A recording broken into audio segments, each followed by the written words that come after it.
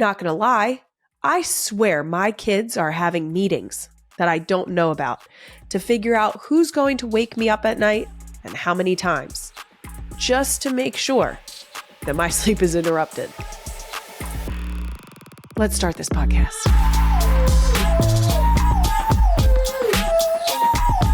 Welcome back to Not Gonna Lie, a Wave original brought to you by Cinnamon Toast Crunch. I'm your host, Kylie Kelce, conflicted Eagles fan, owner of multiple wooden spoons, and I brought my OBs to a Super Bowl one time. And I'd do it again. As always, make sure you follow us on social at NGL with Kylie and subscribe to the Not Gonna Lie YouTube channel. Coming up on today's Super Bowl special, you're getting my first ever solo episode. Yikes. I said it before and I'll say it again. With the Super Bowl only a few days away, life is not happening. The Eagles are happening. And the Chiefs. Go Trev. So since I can't focus on literally anything else right now, I'm going to talk to all of you for the next 45 minutes. Oh my gosh, about all things Super Bowl, a new parenting trend, my kids' Disney movie obsessions, and of course, more Super Bowl. But first, last week I asked you guys to send in your best ideas for the name of the Not Gonna Lie fan base. And no surprise here, you delivered. From at Tight End Forte on Twitter. Can we call the NGL podcast listeners the outliers? Honestly, not terrible. Next up, at Susie Shupa K5188. This one's up for debate. We're unsure on this end if it's the Kylites or the Kylites. I am unsure as someone who, as I've said maybe a million times, I am unsure how I feel about my name being included in the fan base name. Because that feels so self-serving. I don't like it. Okay. Yak Garf, wow, interesting name, says fan base should be called the 93 percenters. Not sure what you're referring to with the 93%. It also sounds oddly familiar. So I think until I can put my finger on where that came from, we're going to leave that one out. Call us Kylie's Fire Dogs. Shout out to Bryce Harper and his banana bread. From Fern Tella, fan name Kylie's Lucky Spoons. See, the only problem with that, Fern, is that suggests that my spoons are lucky, and we are still unsure of whether or not the spoons are lucky, but we will continue to knock on them just in case. West Coast KM wrote, fan base name suggestion, FAFOs. Honestly, I'm going to need to find out. Are we calling these like FAFOs or are we calling these FAFOs? Because my brain goes to FAFOs. That's what I defaulted to and that's what I'm going with. You know I'm never against that. Charlotte says, at NGL with Kylie, Kylie's Court. The Court for short. You're a poet and you didn't even know it. My dad actually popped into a FaceTime I was on with my mom yesterday and just out of the blue with no context whatsoever said, the royal family. And I was like, great. What are you talking about? And he was like, the royal family. And I was like, cool. Still no context. And finally he said, I'm saying that that's what you should call your fan base. Which honestly, I'm very impressed by his creativity. But it also leads into the idea that I am anything just anywhere close to a suggestion of princess, queen, royalty, duchess, and again, unworthy. A lot of you also like the idea of keeping it as NGLers, so we can add that to the fan vote. And some people suggested we let my girls name the fans. I don't know if you've seen the Late Show. They call it Late Night with Jason Kelce. The girls actually made a mascot for that show, and then they were given the freedom to name it. Do you want to know what its name is? Dragon McFart Butt Butt. So I think it's safe to say we're gonna leave them out of it. Stay tuned and make sure to follow us at NGL with Kylie so you can vote when we put out the poll. We want to know what you think. Moving on, I'd like to use this special solo episode to debut a brand new segment I'm calling, You Know What's Fucked Up? There's, of course, been nonstop headlines about the Super Bowl this past week, but one in particular really got me thinking, now that's fucked up. The headline from 6ABC Philadelphia, 3 Philadelphia area school districts announced delayed start for the day after the Eagles play in the Super Bowl. No. How about no? Now, they claim the reasoning is because kids will be up late watching the game, which can lead to, quote, rough mornings. But holy jinx. Oh my Lord. Let's not. What? Here's the deal.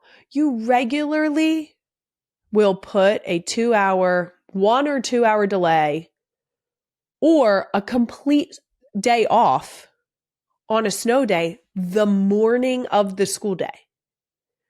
So why are we issuing this 2 weeks in advance? I can't get down with this. Here's the deal.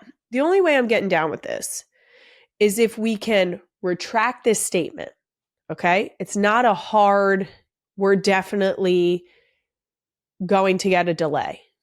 I think that it should be a warning that you should call the hotline or check the news the morning of Monday after the Super Bowl so that we don't have to make the jinxy decision.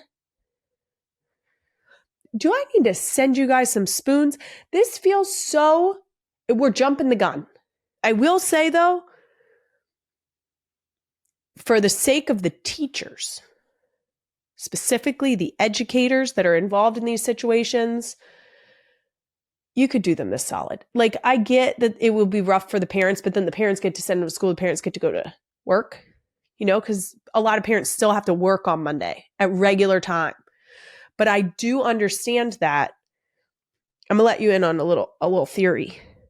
I truly believe that when you are in a bar on a Friday or Saturday and there is someone in there that is just like absolutely popping off, just going buck wild, there's a 75% chance that they're a nurse or an educator. I'm just letting you know what my research has told me. Okay? And I'm not even a bar person, but I'm telling you right now, all my nurses and my teachers back me up here. This is not with a negative connotation. This is me respecting the hustle of work hard, play harder. So here's the deal. I can get behind a delay on Monday, but I need the school districts to issue it on Sunday night, post-game, or Monday morning. I think we can all agree on this. Again, this is not that far-fetched. We do it for snow days. You just have to give the schools a warning now. Cut the teachers a break. We know they'll need it. Queen Emma is asking, should the day after the Super Bowl just be a holiday to avoid all of this? Why the hell not? And that does it for You Know What's Fucked Up. Next up, we've got a Super Bowl predictions game where none of the scenarios have anything to do with the game itself. Thank goodness. So, for example, instead of guessing how many yards Saquon is going to get, I'm going to predict how many times I'll say fuck in the second quarter. So Queen Emma has prepared a bunch of these made up props for my personal Super Bowl weekend experience. Number 1, how many times will I text Jason, where are you this weekend in New Orleans? I'm going to say 2 times. I luckily do not lose him often because he is usually at specifically when it comes to functions like this, he has a schedule set where I know where he is. And if I don't know where he is, I know the people who are with him, and I've probably talked to them. And that sounds ridiculous, but hopefully we will be less ships passing in the night where we will not need a "where are you" text. Hopefully I can just enjoy some time with my husband in New Orleans, eating beignets without a child saying, "Can you fill up my water bottle?" That's what I'm going with 2. Last year in Vegas, it happened a few more times. Number 2, what will be the color of my shirt on game day? I have no idea. I genuinely don't know yet. I can pretty confidently say I will not be wearing red. Speaking of, a lot of fans have suggestions for the girl shirts. Amber Elise said the Go Trav shirts have to be in Philly colors. I do believe that we've gone completely neutral on those shirts. I'm unsure, but they have been ordered, so too late now. But I appreciate the suggestions, and I see where you're coming from.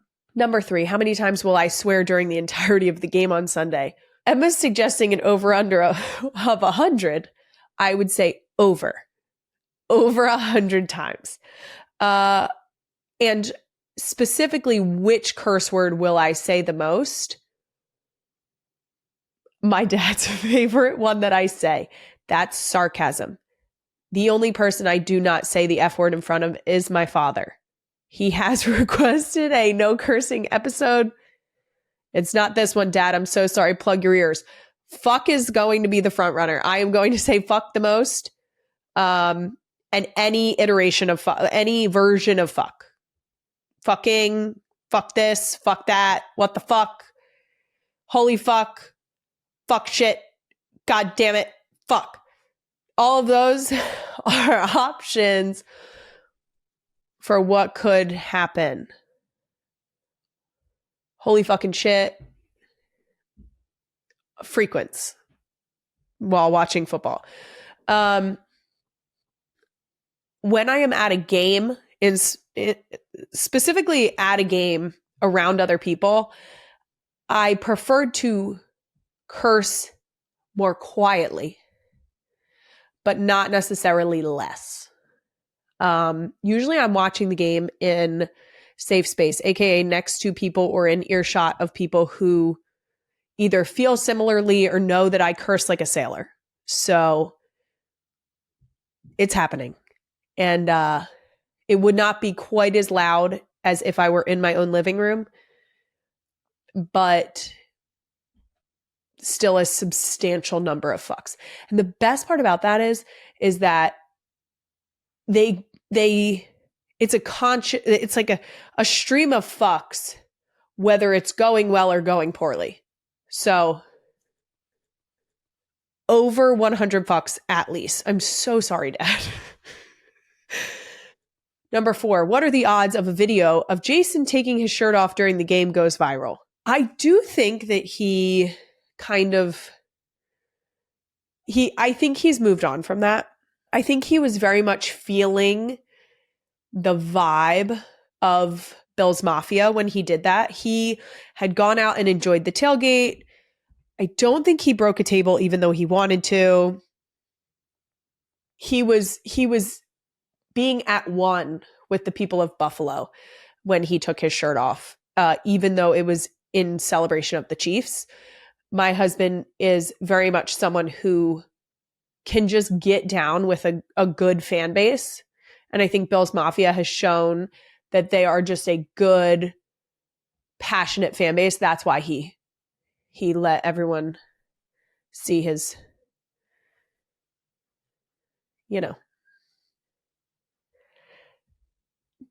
chest. I will say that our girls did see that after the fact, and I believe it was, actually they saw it live, and my mom texted me and said that Ellie said, I could be misquoting this, but it's something along the lines of, why are dad's boobs out? So I don't think his shirt's coming off this time. It also helped that it was freezing cold in Buffalo. And so taking his shirt off was like just like embracing the cold. Whereas in New Orleans, it's a dome. Not as exciting to disrobe. Number 5, if the Super Bowl broadcast cuts to the Kelce suite, will we see you hiding in a corner? Maybe. Depending on how the game is going and at what point in the game you've caught me, there's a pretty good chance I'll be standing in the corner. If I'm doing like a headstand in the back, like if you see feet in the back of the shot, it's me doing a headstand, thinking that like if I get upside down, maybe that'll help. Because I'll do anything. I think I've made that clear. Like a crazy person. It's rational. No, it's not. I know that I've said a number of times that I am a stand person, but our family will be sitting in a suite. So we will most likely be joining them, which makes me so happy because I've said this so many times, but when your family is so spread out and you only get to see them a select number of times a year, even if you're not cheering in the same way, it's so much fun to see them and get to catch up in those little moments and get a good squeeze. Number 6, how many times will a fan shout, "Go Birds" at you while walking around New Orleans? The over-under is 1,000. I would say, that's a good one. I would say over 500 times, under 1,000 times. I have faith in Eagles fans, and I will be repping Eagles green in New Orleans. So people will know where my loyalties lie. But again, I love my brother-in-law, and I'm cheering for him too. I want to make that abundantly clear. There is a balancing act that's happening here. So just respects it, okay? Number 7, what will be the first New Orleans delicacy I eat? Easy. I'll read you the finalists. But I'm going to tell you right now which one I'm going for. The finalists are beignets, gumbo, crawfish, jambalaya, po' boy, king cake. It's beignets. I had a beignet the last time we were there. Beignets were delicious. Also, I don't know if it was divine intervention or what, but last week there was someone who pops up on my For You page all the time. She reviews food everywhere that she goes, and she was just in New Orleans. And she had a po' boy, a shrimp po' boy. She poured this gravy on it.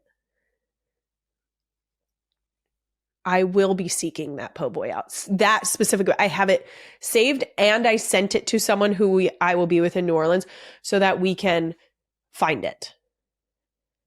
So Queen Emma asked, any of these kickstarting a pregnancy craving? I would say from that obnoxious rant, yes. Yes, they are. What wooden object will I knock on the most? Will I pack the wooden spoons? I will be packing the wooden spoons just in case. But my go-to, if I do not have wood present, this is so serious. My go-to if I don't have a wooden object present is to knock on the back side of my head, because that's what you do. I can't explain it. It's just what you do. There are quite a few fans concerned about the fact that the knock block is new. So we have people commenting that we should not be touching it. I will keep my hands off of it just in case. And we can save it for another time. But what I will tell you is that usually I do not discriminate. If it is truly wood, I will knock on it. That does it for my non-Super Bowl predictions. Not gonna lie, I'm proud to admit to all of the NGL viewers and listeners out there that I, Kylie Kelce, am a milk before cereal person. I know that this is giving psychopath, but I've been doing it this way for a very long time because I do not like soggy cereal. It's as simple as that. I only pour the milk first so that I can take the box to the table with me and pour it in layers.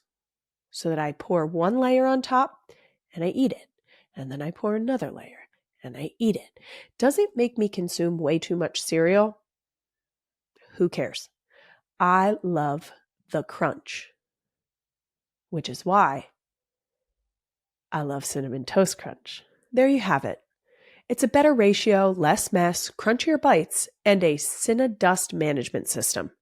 I rest my case. Go grab your own box of Cinnamon Toast Crunch and try pouring the milk first. Now, before I get to all of your Super Bowl questions, let's do a little doom scroll of the week.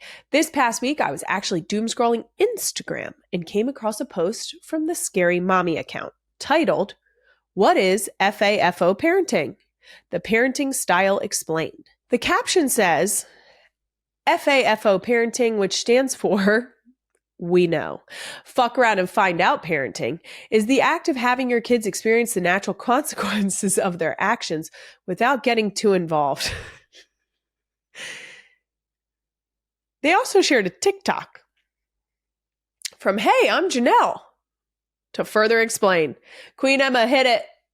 They get their natural consequences and get to figure out the way through them. This weekend, I took my kid camping for the first time with the Cub Scouts, and we had a great time. But at one point, it was raining pretty hard. It was raining all day. It was real wet. And the kids were all just playing around at the campsite, and my son decided he didn't want to wear his rain jacket anymore.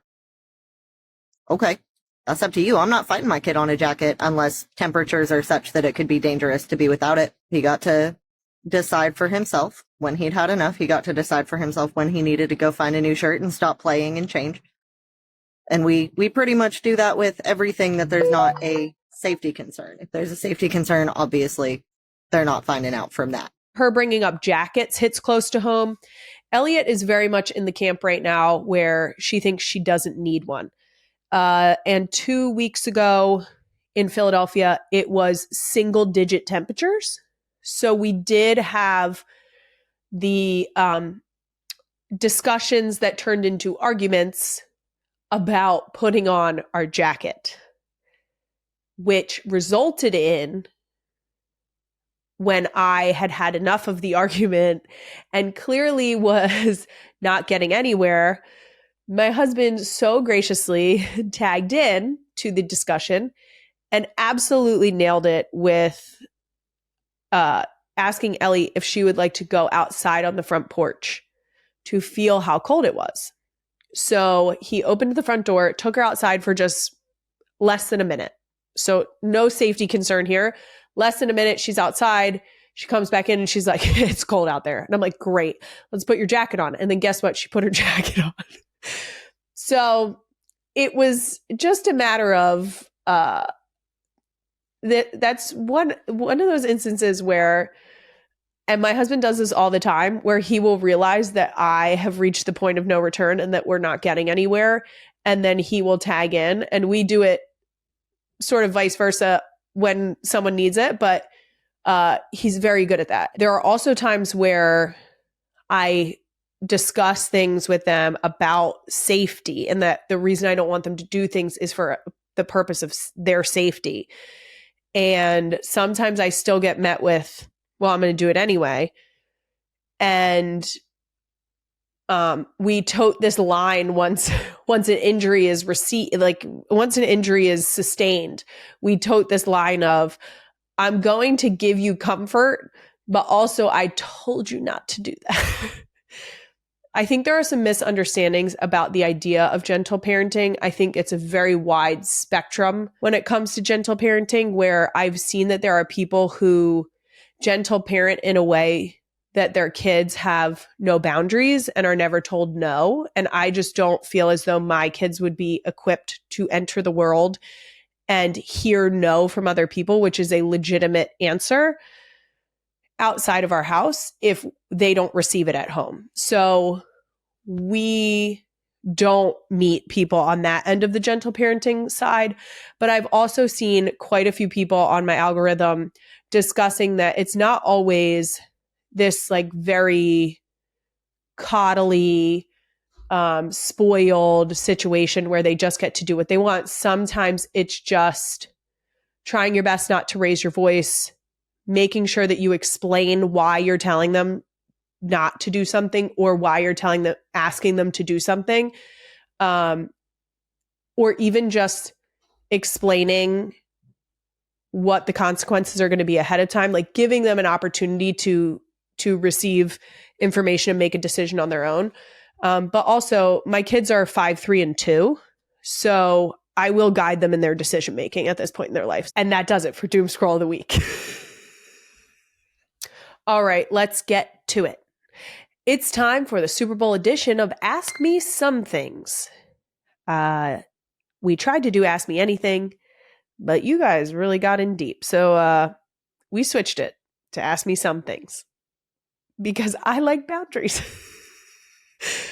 From Amy Gorey. What was your favorite halftime performance? This is so easy. It was Rihanna. The Rihanna halftime performance at the Arizona Super Bowl was I will start with the negative. She shouldn't have been wearing red. That felt biased. I didn't like it. From what I understand, she is not a Chiefs fan. So why were we wearing red? Moving on. The reason it's my favorite halftime performance is because Wyatt was living her absolute best life. It was one of the moments where she just let the freak flag fly. I don't know. She just had her stadium headphones on and her passy in her mouth. And she was girl was getting after it. And we, of course, obviously she had heard songs by Rihanna leading up to that, but it wasn't enough where she knew lyrics or could recognize those songs. It was hilarious. I mean, whenever you get in a situation and your kids are experiencing that much joy, you are then you're also experiencing that, but you just can't help yourself. It was incredible. So I'm going with Rihanna as my favorite halftime performance from those Super Bowls that I've seen in person. From Class of 22 Swift on Twitter. What is the best thing about being an Eagles fan? My favorite thing about being an Eagles fan is the community it creates. I know that people outside of the Eagles fan base have a lot of difficulty understanding our passion. And that's what I'm calling it. I'm calling it passion. But it is so ingrained in the city. It's ingrained in our traditions. It's ingrained in how we bond as a community. Our tendencies in our fandom really lean into who we are as like a Philadelphia culture. That being said, I think there is obviously a population of people who take it one step too far. I can acknowledge that. But if you really look at it for what it is, people love to bring up the snowballs. People love to bring up the batteries. People love to bring up how terrible we are to other teams. Players who come to Philadelphia to play will tell you straight up that the Philadelphia fans are batshit. We know it. We are aware. We embrace it. It is us. That being said, removing the Eagles from our fandom, I do think there's a lot of other fan bases that can see our passion and appreciate it because they feel passionately about their own teams that they cheer for. So everyone wants to point the fingers at the Eagles because I think everyone loves to hate our fan base. My husband said it perfectly. No one likes us. We don't care. Keep hating. Do it. You're only fueling our fire. And sometimes you got to look in the mirror and recognize that every fan base has those asshole fans. All right. We'll be back with more Ask Me Some Things after these messages from me. Hey guys, Kylie again. I'm back to interrupt your regularly scheduled Kylie programming to talk to you about my favorite cereal, Cinnamon Toast Crunch. And I gotta tell you, no lie. This is not gonna lie. Cinnamon Toast Crunch has been my top pregnancy craving. I love the idea of waking up, pouring cold milk into that bowl or mug, and then getting layers of that crunchy, cinnamony deliciousness. And then when you're done, it leaves you with a cool glass of cinnamon milk. Are you kidding me? Baby girl number 4 clearly can't get enough of Cinnamon Toast Crunch right now. And I'll tell you, she's going to grow up to be a milk first before cereal kind of girl. And I support it. Just like mama. Go grab your own box of Cinnamon Toast Crunch and pour the milk first. You'll thank me later. Just take the box to the table. All right, let's keep the Ask Me Some Things theme going, but now we've opened it up to some questions beyond the Super Bowl. First up, from Jenna's Scrapbook. How many times a week do you have to watch a Disney princess movie? Surprisingly enough, the girls are not super into Disney princess movies. I would prefer to put on a movie because I think that it sort of loses their attention and then we can move on to reading books or playing games with it on in the background. But they do like the very song-heavy movies right now. So for a while we were on Tangled because that has a great soundtrack. We were very much on Ariel a while back, but have not revisited for a few months.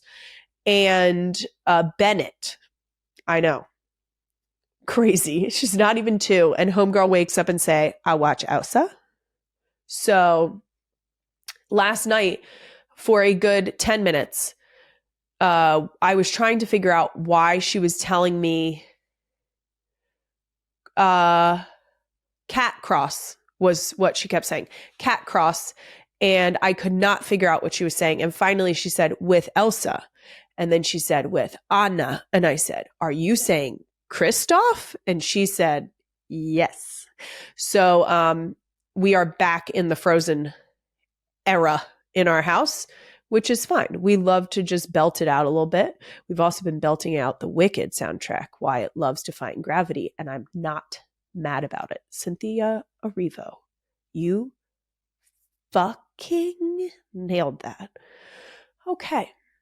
Jason prefers the movies, as do I, where it does not always involve a princess being saved by a man.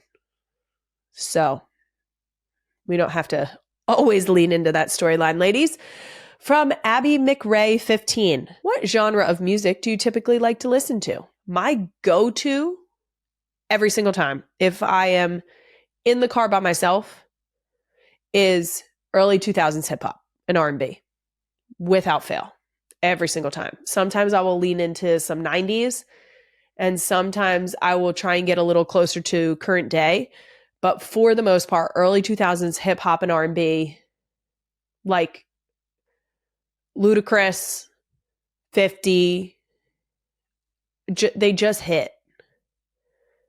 I love them. I love early 2000s hip hop and R&B. I love R&B because that was the genre that my dad listened to a lot. So we would listen to a lot of like slow jams. It was good. I will say I tried my very best to walk into our wedding reception to Chingy's Right There and got vetoed immediately by my husband. So I tried. I have definitely branched out since even dating Jason, because Jason has such an eclectic taste for music. He really opened up my eyes to some outstanding artists across significantly more genres, because otherwise it would have just been me and my early 2000s hip hop and R&B playlist on Spotify.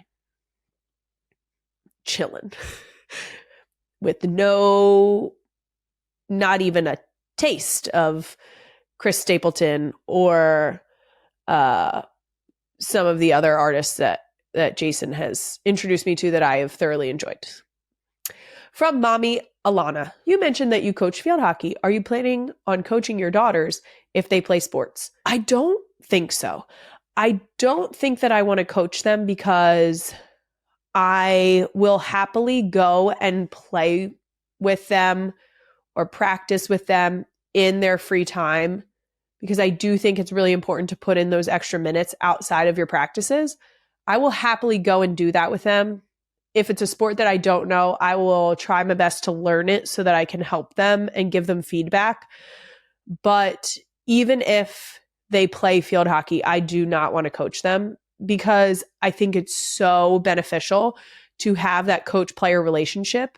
And when you get a really good coach in that situation, it can drastically impact not only your skill level and how that improves, but also you might get life lessons from that person that I do not have for you. Or I firmly believe that athletes listen to their coaches sometimes better than they listen to their parents on the whole life advice thing. So I do want them to have the experience of being coached by other people and not necessarily coached by me. In terms of like little league soccer and stuff, I wouldn't be surprised if Jason taps into that. I think it would be absolutely incredible to watch, and I think it would be enjoyable for all. But we'll have to see if that's in the cards. We're not quite there yet. And now it's finally time to get honest in this week's edition of, you guessed it, Can I Be Honest? Before I lock in on Super Bowl 59, I thought I'd close this Super Bowl spectacular by throwing it back to Super Bowl 52. Jason and I were due to be married the following April. After Minnesota, we jokingly called it his 2-ring season, because I got a ring, the first ring, in preseason, a week into preseason when he proposed. And then he got a ring at the end of the season at the Super Bowl. And that we both got rings in April. It was lovely. It was pretty crazy and then Queen was pointing out that he lost the ring in Chile. That is correct. He did. I have not let him live that down. I will always bring that back up. It still stings, I think. I think I'm just continuing to rub salt in the wound, but it is a wound that should remain open for the pouring of salt, because of how ridiculous it is that he insisted that we put his actual Super Bowl ring in a kiddie pool of Chile. I can't. I love him so much. He's just so ridiculous. Oh, God. What was it like leading up to the game for you guys as a couple? I don't remember. I remember trying my best to manage all of the things around our first Super Bowl, because it is as if you're flying blind. So people who have been there before, I was just talking to a friend the other day who is now going to their third Super Bowl with the Eagles. And it's so much easier now to know what happens, even if they're not sticking to the same timeline or the same number of passes or the same ticket expectations. All of that is more easily managed because you've done it before. So we were flying blind for the Minnesota Super Bowl. It had been such a long time that the Eagles organization had been back to a Super Bowl that it was new for everyone. So everyone was trying to figure it out. And I think realistically, they did an outstanding job. They made it as easy as possible for the families.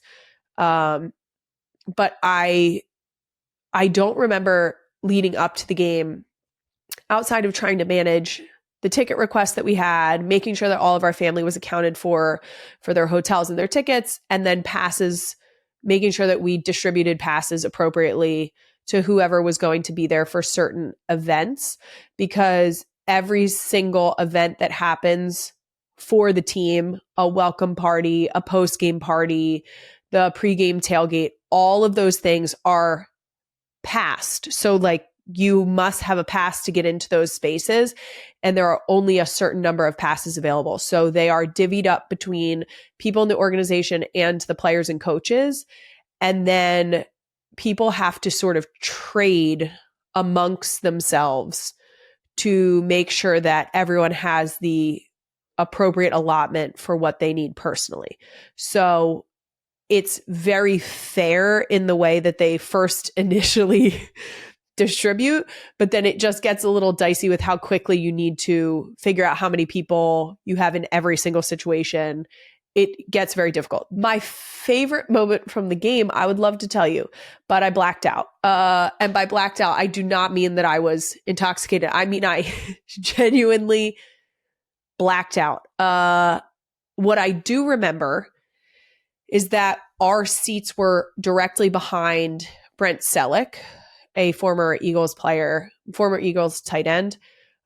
We were directly behind his family. And when it got down to the wire, I was getting texts from all of these people saying that they were already waiting in the family corral. So what happens is, at the end of the game, there are 2 corrals in the tunnels, for one team and one for the other team. And it's all of the family members who are passed to enter the field post game for the on-field celebration. It is like Hunger Games trying to get those passes, first of all. And second, you are put into these corrals, and then if it's a tight game, you don't know whether or not your corral is going to be let out onto the field, which is crazy. So all of a sudden, one of the corrals will just start moving, or you're trying to see one of the rare TV screens that are in the bowels of the stadium where you are currently being held. My superstitious ass couldn't leave my seat until I was absolutely certain that we were going to be entering the field. So naturally, Mrs. Selleck was sitting in front of me and was like, "Are you going to go?" When there was, I think it was below the 2-minute warning or at the 2-minute warning. And I just remember saying to her, "I can't leave my seat." So, needless to say, when the clock hit 0 and the Hail Mary pass hit the ground, I did a full sprint through the Minnesota Stadium. I eventually made it onto the field and found Jason. I do remember meeting up with him and then taking him to the corner so that he could wave to where our family was sitting. But I was not leaving that seat. I wasn't going to do it. So I don't think anyone's surprised about that. We were super fortunate that game. My parents came with us. My sister was with us. And then all of Jason's family members were with us, including Travis, which was really special. Because like I've said so many times, our families do not get to be all in one place very often. It was so cool to come together for that. And also it ended up being a celebration. So that was a lot of fun. I do remember how happy that felt. And I do remember the very end of like the celebrating, but everything else is a black hole. And that does it for Can I Be Honest? That also does it for this episode of Not Gonna Lie. I'll be back next Thursday with a brand new episode. And not gonna lie, it's going to be another special one. Speaking of which, it's Valentine's Day next week, and shocker, Queen Emma guessed this ahead of time, and I love that she nailed it. I'm not a Valentine's Day person. Regardless, I'd love to see what kinds of Valentine's questions you guys have for me. Send them into @NGL with Kylie, because plan is to have a pretty special guest. Romance. Listen and subscribe to Not Gonna Lie wherever you get your podcasts. Follow the show on all social media @NGL with Kylie. Not Gonna Lie is a Wave original brought to you by Cinnamon Toast Crunch. Thank you guys again for tuning in.